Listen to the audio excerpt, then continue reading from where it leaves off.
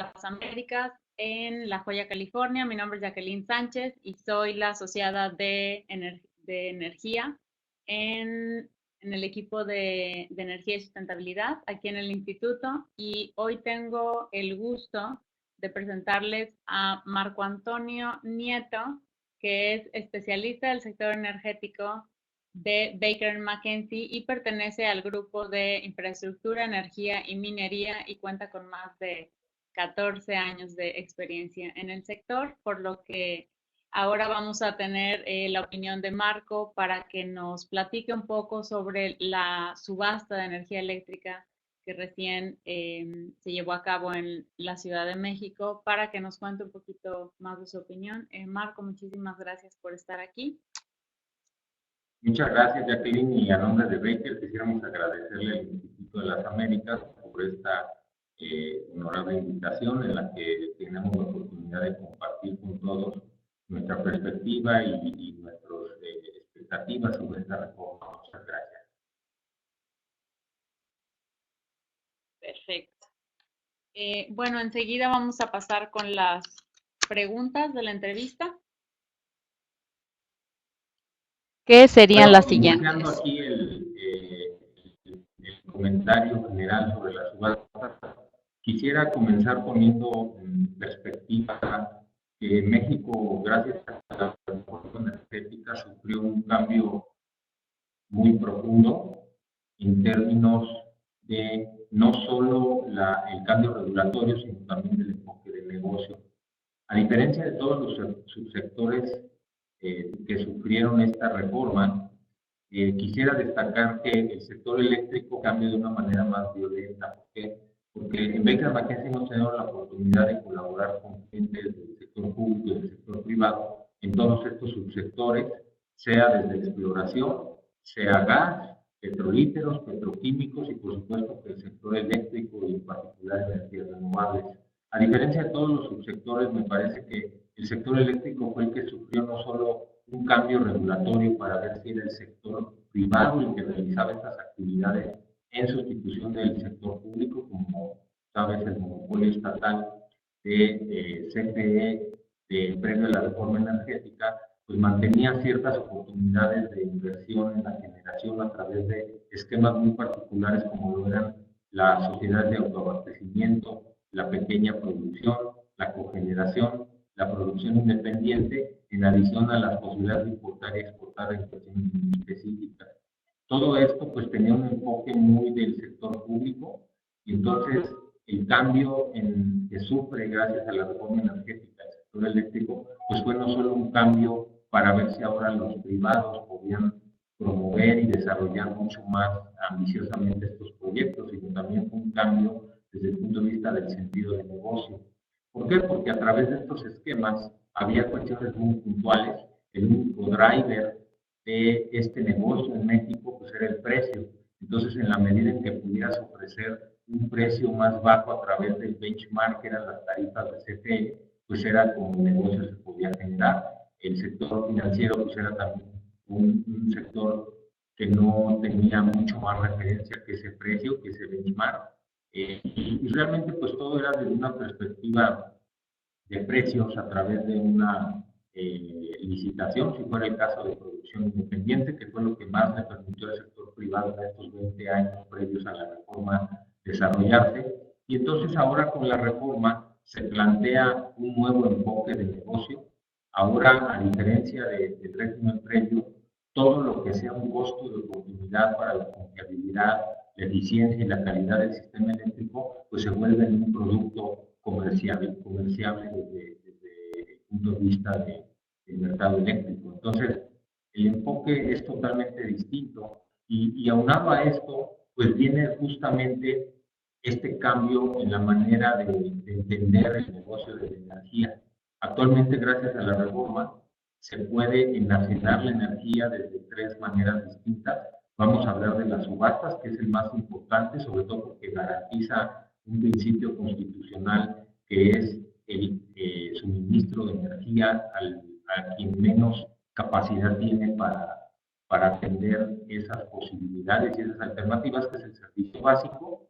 Pero también hay otras maneras, que es a través del mercado spot, se ha desarrollado un mercado en tiempo real, un mercado de día en adelanto y próximamente un mercado de hora en adelanto cuando exista la segunda etapa de implementación del mercado. Otra manera son los contratos de cobertura que nosotros les llamamos bilaterales. ¿Por qué? Porque se hace entre cualesquiera dos participantes del mercado. Y entonces una de las diferencias fundamentales con relación a los famosos PPAs que se promovieron en el régimen previo es que ahora se tienen que entender desde un punto de vista más de coberturas financieras. Anteriormente se tenía un enfoque más de suministro, que llamábamos entrega para evitar entrar en este problema de si era o no venta de energía y por lo tanto no era constitucional. Y ahora este enfoque también de los PPAs bilaterales, pues establece una nueva manera de entender este negocio del sector energético. ¿Por qué? Porque ya no tienes solo un benchmark de precios como lo era el régimen previo, sino que ahora también tienes un benchmark de coberturas de riesgo. Y esa posición que tú debes asumir en el mediano y largo plazo conforme a tu estructura corporativa, seas consumidor o seas suministrador, pues es la que te abre una nueva oportunidad de negocio que es parte del proceso de aprendizaje que estamos viviendo en esta reforma. Entrando en particular a las subastas, pues la ley le da la oportunidad a los suministradores de servicios básicos de adquirir esa energía a través de contratos de largo plazo, que son estas subastas de largo plazo, en donde el principal objetivo era vender potencia, era también vender energía limpia y era vender certificados de energía limpia. En este primer proceso, debo decir que fue desde cierto punto de vista diferente también con relación a los procesos de licitación. En primer lugar, porque la convocante, que era el SENAGE en este caso, no adquiría la energía, sino que únicamente era una convocante que coordinaba las decisiones de oferta con las decisiones de demanda y finalmente se iba a formalizar a través de un contrato de cobertura eléctrica que, de acuerdo con las bases del mercado, pues se llamaba el contrato de cobertura eléctrica para satisfacer las necesidades de un suministrador y que fue parte integrante de las bases de la subasta. Uno de los anexos, junto con mucha más información, tal vez relevante para esta subasta es señalar que este modelo de apertura del sector eléctrico se hace a través de una visión de precios marginales locales. Esto es que a través del sistema eléctrico se definen zonas de generación, como se llaman también nodos, y estos nodos son los que te hacen, a través de esta estructura de oferta y demanda dentro del nodo, lo que te va a permitir establecer una estructura de derechos financieros de transmisión con independencia de las tarifas, de los costos de las tarifas que tanto los generadores como los suministradores y los usuarios tienen que cubrir o inyectarse al sistema. Entonces, ahora, digamos, con relación al regrego, pues ya no existe lo que se conocía como el porteo, y el porteo era esencialmente pues, la necesidad de reservar capacidad de transmisión en el sistema para poder entregar la energía a los socios de la sociedad de autoabasto. Ahora únicamente establece un y libre acceso en toda la red de transmisión y las redes generales de distribución, y es con lo cual que se hace este nuevo modelo del sector eléctrico. Por lo tanto, para efectos de esta subasta, pues se establecen zonas de generación, se establecieron en su caso zonas de potencia, aunque en su momento, dada la oferta y demanda del propio proceso, pues este país no requirió potencia, al menos esa fue la señal que dio esta subasta, en donde la oferta del suministrador, que en este caso fue CFE, pues reflejó a través de esta señal de mercado que no era de su interés, o porque no tenía información, o porque no le interesaba adquirir potencia. Entonces, con ello, pues este proceso de la primera subasta se lleva a cabo a través de energía limpia y de certificados de energía limpia. Es importante señalar que, dada esta posición del suministrador de no requerir potencia, pues también le abre la puerta a las energías renovables para poder establecer sus condiciones a través de precios que desde nuestro punto de vista han sido históricamente bajos. De acuerdo con la información que tenemos, no existía otra subasta en el mundo de energía renovable que pudiera dar estos precios tan competitivos como lo fue y que es precisamente lo que vamos a ver más adelante. Para cerrar esta parte, pues yo te diría que este primer proceso de la subasta de largo plazo inició en diciembre con una publicación de prebases.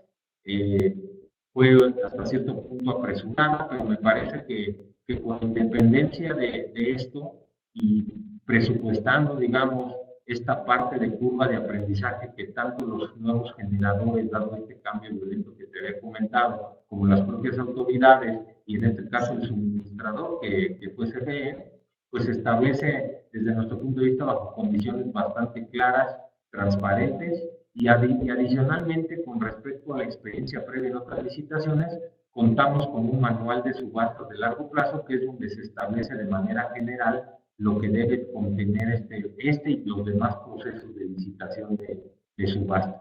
Entonces, esto pues también dio un cambio mucho más radical respecto a lo que significaba antes licitar desde el punto de vista de derecho público. Pasando un poquito ya a lo que es los resultados. Sí. Aquí les estamos presentando justamente los principales resultados. Estamos tomando un criterio muy importante que es por propuesta, lo cual no quiere decir que cada propuesta es un proyecto diferente. Y finalmente lo tenemos también establecido a través de los diversos grupos económicos que hicieron sus propuestas, y tenemos por ahí la cantidad de energía bajo la cual cada uno de los participantes llevó a cabo este proceso. También es importante tal vez señalar que pues hubo le llamaban la corrida del proceso de optimización, que por cierto, con respecto al régimen previo, pues también plantea otro cambio muy importante. ¿Por qué? Pues porque efectivamente este nuevo esquema de maximización del bienestar a través de los excedentes es un punto de vista muy distinto en términos de planeación a como lo teníamos en el régimen previo, porque no es solo ahora minimizar los costos de generación, sino que es maximizar el beneficio.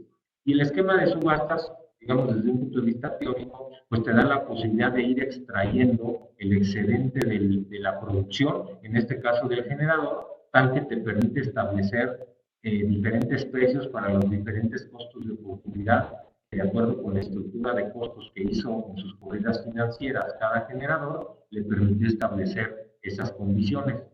Por ahí vemos justamente hay participantes internacionalmente conocidos, incluso algunos son productores y constructores de equipo, como el caso de Jinko, vemos por ahí a SunPower, tenemos a Vega Solar, hubo otra participación también de grupos mexicanos, como lo es Alarde, que entró en este proceso, junto con Acciona, que no es exactamente un grupo mexicano, pero ya tiene cierta presencia, con mucha experiencia en estos esquemas que te había comentado de producción independiente, y claro, además, pues tenemos este nuevo participante que es Ternium, que es un grupo mexicano. Aquí estamos viendo que en general hubo 11 participantes con 18 ofertas, y esto lo que refleja esta primera gráfica, pues son justamente cómo estuvieron las propuestas en términos de energía, y esto es gigawatts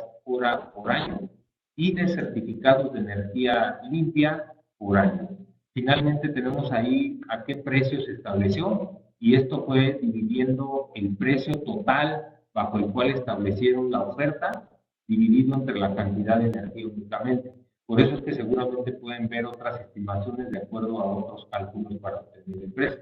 Vemos ahí que, por ejemplo, dividiéndolo en pesos, pues fueron propuestas bastante competitivas, sobre todo las dos propuestas de NET. Por cierto, abajo está qué tecnología fue la que se licitó. Vemos que esencialmente fue energía eólica y solar. Hubo 12 propuestas solares las que ganaron y 6 propuestas eólicas.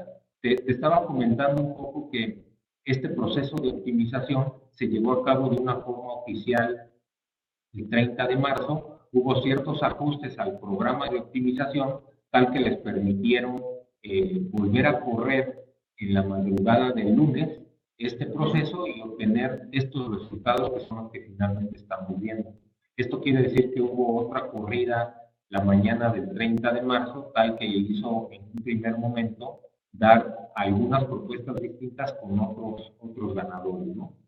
Aquí vemos que es un poquito ya conjugar el incentivo que hay a través de las zonas de precios de cada una con respecto a la potencia que ofreció cada propuesta y justamente la ubicación de la zona de precios de cada una de las propuestas. Vemos, por ejemplo, ahí que está en él, que ganó dos de sus propuestas ganaron en el estado de Coahuila. También es importante señalar, el criterio que utilizamos aquí para presentar los resultados es por zona de precios, que no es necesariamente igual a dónde está ubicado el proyecto. Y esto cobra relevancia, por ejemplo, en el caso de la propuesta de Jinko Solar, en donde por zona de precios que es en Guanajuato, pero está ubicado en Jalisco. Es el proyecto de 100 megas, ¿no? Vemos por ahí otro tema también a destacar es que Vega Solar, aquí estamos viendo dos propuestas de 500 megas, cuando en realidad se refieren al mismo proyecto.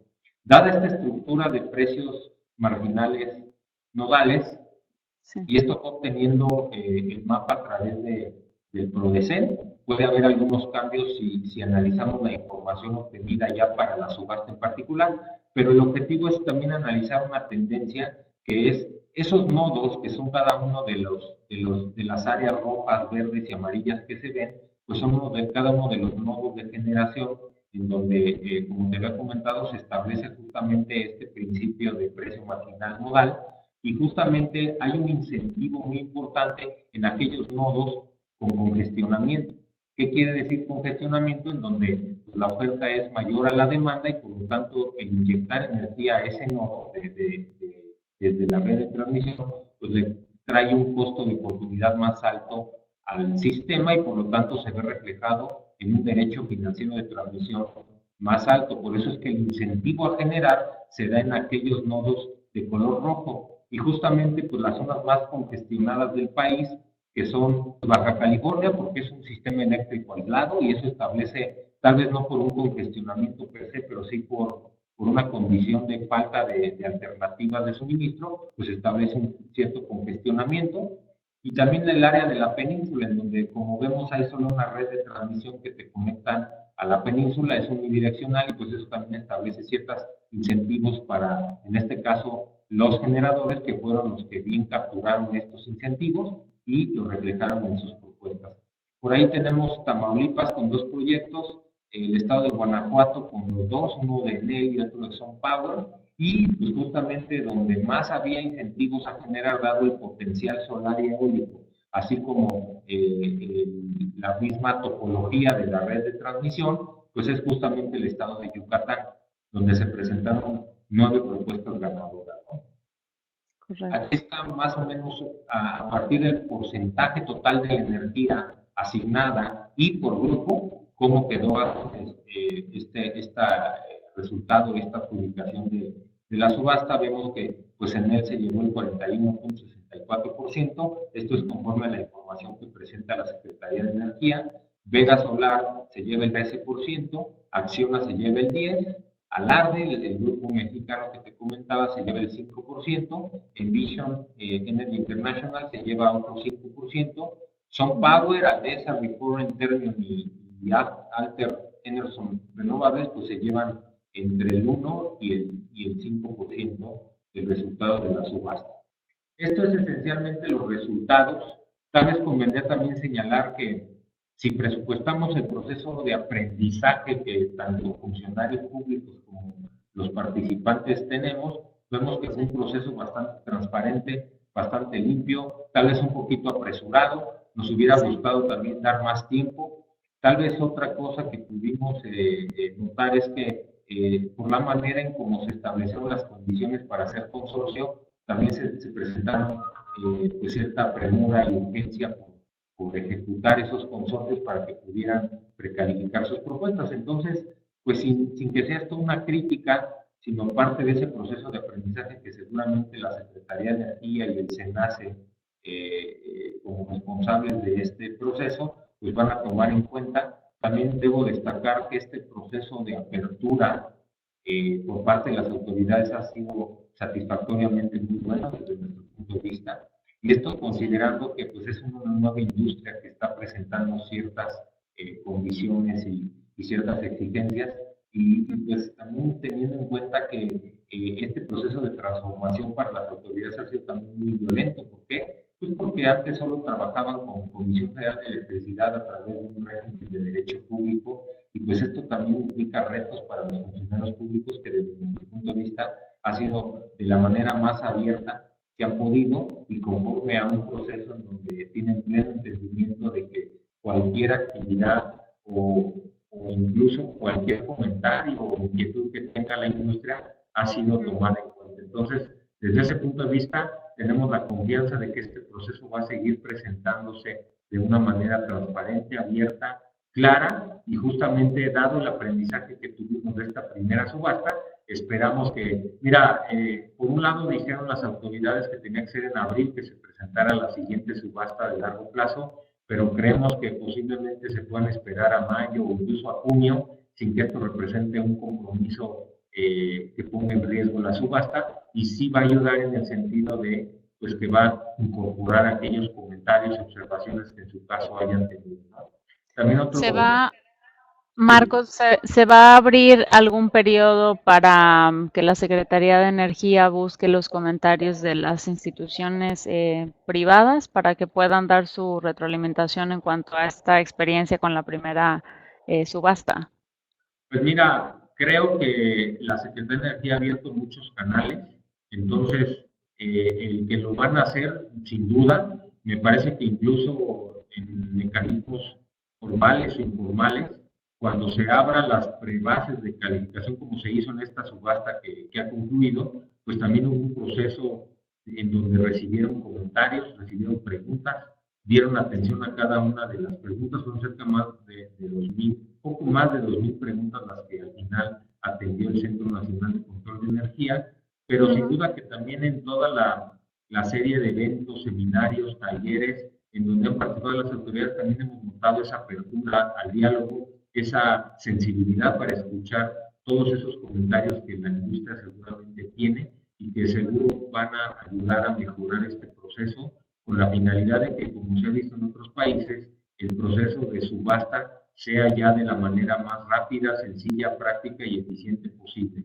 Otro punto importante que hay que señalar es que en esta primera subasta el único suministrador fue CFE, pero el régimen jurídico le establece condiciones para que otro privado, a través de un permiso que obtenga con la Comisión Reguladora de Energía, puede ser un suministrador de servicios básicos, al igual que el CFE, que estableciendo condiciones de demanda distintas pueden hacerse cargo de una zona muy pequeña, pues eso también establece ciertas condiciones de carga distintas que seguramente se van a manifestar en la siguiente subasta.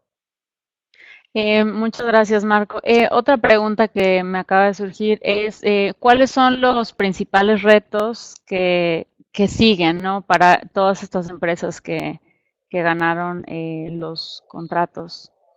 Pues mira, sin duda hay riesgos importantes inherentes al proyecto mismo, pero a diferencia de lo que habíamos visto antes, creo que el soporte de conocimiento técnico y financiero con la que estas propuestas han ganado, nos parece que da los elementos para que los riesgos del aprendizaje mismo sean muy bien mitigados por estos grupos. Creo que el reto pues, es la urgencia. Estos proyectos, al ser una subasta de largo plazo, establecieron un plazo peritorio de máximo a 2018 para que estuvieran ofreciendo ya el suministro a los suministradores. Entonces, pues son los riesgos inherentes a cada proyecto. Van a tener que establecer ciertas condiciones bajo las cuales el sistema eléctrico en 3 años seguramente no va a ser igual al de hoy, pero ciertamente, y eso es un punto de vista muy personal, las propias bases de la subasta pues establecieron también condiciones muy claras bajo las cuales, con la información que tenían, seguramente van a poder mitigar todos los riesgos característicos del proceso mismo. Te diría ya no propiamente la subasta, pero me parece que uno de los riesgos más importantes y es lo que hemos percibido nosotros, tal vez no riesgos, sino es un parte del proceso de aprendizaje, es justamente esa necesidad de entender y de aprender, sobre todo por el lado del suministro, cuáles son las nuevas oportunidades que el mercado eléctrico te da gracias a la reforma energética. Hemos tenido bastantes clientes que se han acercado con nosotros, sobre todo en este proceso de entendimiento. Hay que entender que toda esta reforma al final tiene un objetivo último, que es garantizar mejores condiciones en cuanto a eficiencia, calidad, precio para los usuarios de energía.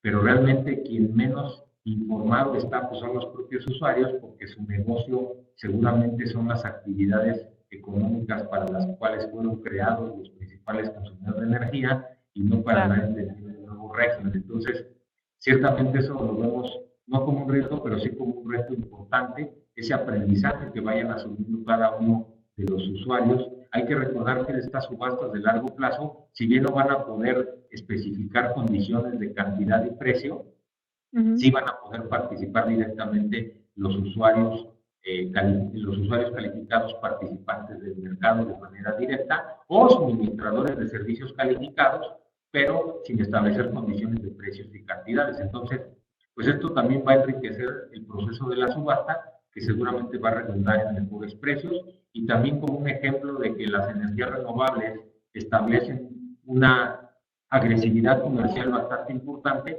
pues ha sido justamente estos precios que te he enseñado, en donde, de acuerdo con nuestra información, pues están entre los más competitivos a nivel mundial. Claro, y vemos aquí en los resultados que los precios de la energía solar estuvieron por debajo de lo que se esperaba, ¿verdad? Sí, esto, pues mira, sin tener la información dura, creemos que se debió a un reflejo muy importante. Por un lado es presionar un poco a la baja los costos de construcción. Por otro lado, al ser productos nacionales, pues hay un impuesto ahí, unos aranceles que no cubren. Y yo creo que otro factor también que ayudó a establecer esta competitividad de precios, pues es que muchos de estos competidores que ofrecieron propuestas, pues son los propios generadores. Entonces por ahí absorben el margen comercial y eso pues sí te da con cierto, pues con cierta reserva ahí, pues un margen relativamente competitivo para realizar el proyecto. Muy bien, Marco. ¿Y había un número mayor de empresas que iban a participar en la subasta? ¿A qué se debió a que hayan salido de la misma? Pues mira, hubo estos que no fueron asignadas, fueron por dos razones, o porque los precios estuvieron por encima dada este proceso de optimización, o bien porque al final no presentaron una propuesta económica. Entonces, pues como en todo proceso competitivo, siempre va a haber condiciones en las que haya ganadores, dadas las condiciones de demanda que se requiere. Seguramente van a entender y van a retroalimentar estos primeros resultados que hemos analizado para que para las siguientes subastas todavía puedan ofrecer mejores condiciones. Y eso me parece que es uno de los cambios más importantes que ya te comentaba respecto a que no se busca un proceso de minimización de costos, este modelo de optimización, sino que establece justamente un proceso de maximización del bienestar, lo cual desde un punto de vista teórico pues es un cambio verdaderamente importante. Correcto. Pues Marco, no sé si tengas algún otro comentario. Ya nos contaste sobre los ganadores, cuáles son los siguientes pasos. Pues bueno, ahora esperemos que el gobierno de México tenga todas estas opiniones de los diferentes actores para que se pueda llegar y lograr una mejor subasta, inclusive mucho mejor a esta primera. No sé si tengas algún comentario adicional. No, pues tal vez solo señalar que pues, la labor de las autoridades ha sido destacable, no solo en el sentido de esta subasta, sino en el proceso mismo. Ha sido un cambio fundamental, se han publicado una cantidad tremenda de disposiciones nuevas y pues la verdad es que hacer ese esfuerzo tan importante no es fácil, queda todavía bastante regulación pendiente, pero sin embargo nos parece que con esta experiencia que ha demostrado y esta solidez, sobre todo respecto al cumplimiento de los tiempos que establecen las autoridades, pues le da mucha confianza a la inversión privada, no solo la nacional, sino a la extranjera. Y pues en este sentido, pues tal vez destacar que todavía falta regulación pendiente. Seguramente correcto. va a haber todavía retos que atender, pero con estos resultados tan devastadoramente positivos, no solo para México, sino para la industria Sí. en general y para las tecnologías renovables en particular, pues establecen Ajá. grandes expectativas de inversión para esta industria en todo el mundo. Muy bien, Marco. Y ahora, finalmente, como sabes, el Instituto de las Américas, tiene relaciones con el sector privado y también con gobiernos de diferentes países en América Latina. Y obviamente hay muchas empresas que quizás tendrían la oportunidad de participar en las siguientes subastas en México. ¿Hay algún mensaje que quisieras darle a todas estas organizaciones que quizás no han tenido la oportunidad o no han analizado a profundidad cómo podría ser su participación en la siguiente subasta? No sé si tengas algún mensaje para ellos y para toda la gente que nos escucha del instituto en toda América Latina. Claro, pues tal vez señalar que los procesos, sobre todo de acuerdo a nuestra experiencia con los clientes, yo les diría que sin duda hay que voltear a México, hay que ser pacientes, hay que entender que el proceso de cambio tan profundo que vivimos requiere tiempo de maduración, requiere tiempo de aprendizaje, pero sin duda el costo de oportunidad de no entrar siempre va a ser más alto, dadas las condiciones que ha ofrecido el país, no solo para el sector eléctrico, sino para todo el proceso de la reforma. Pero sin duda el tener paciencia me parece que va a ser uno de los principales indicadores que nos permita la correcta realización de estos proyectos. Correcto. Pues Marco, muchísimas gracias por tu tiempo. Saludos hasta la Ciudad de México y esperamos vernos pronto. Muchas gracias por tus comentarios. Aquí están los datos de Marco por si alguien tuviera alguna duda y pueden hacérsela directamente a él la pregunta o por medio de aquí con el instituto con nosotros. Marco, muchísimas gracias por tu tiempo y seguimos en contacto. Muchas gracias por el tiempo y mucha suerte y mucho éxito allá en el Instituto de las Américas y estamos a la hora. Gracias. Perfecto, muchas gracias. Hasta luego.